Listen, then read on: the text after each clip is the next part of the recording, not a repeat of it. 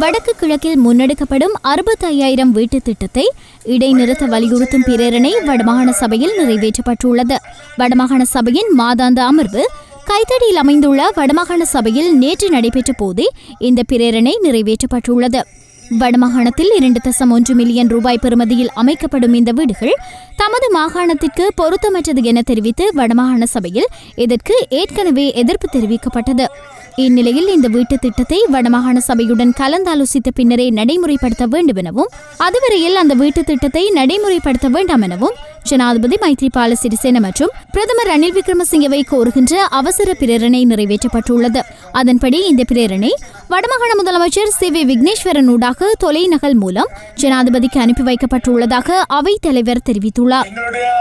வடக்கு மாகாண மக்களுக்கு லட்சக்கணக்கான வீடுகள் தேவைப்படுகின்ற 1 லட்சத்துக்கு மேற்பட்ட வீடுகள் தேவைப்படுகின்ற சூழ்நிலையிலே 65,000 வீடு எங்களுக்கு ஏற்பாடு செய்ததற்கு நாங்கள் எங்களுடைய நன்றியையும் வரவேற்பையும் தெரிவிக்கின்ற அதே நேரத்திலே இந்த திட்டம் இது மாகாண சபைக்கு ஊடாக இது செயற்படுத்தப்பட வேண்டும் என்றும் அதே போல இவ்வாறான மாதிரியான வீடுகள் எங்களுடைய சூழ்நிலைக்கு ஒவ்வாத இருக்கிறதையும் கருத்தில் கொண்டு இதை போல ரெட்டிப்பான கான்கிரீட் வீடுகளை கட்டுவதன் மூலம் உள்ளூர்களிலே தொழிலாளிகளுக்கு வளங்களை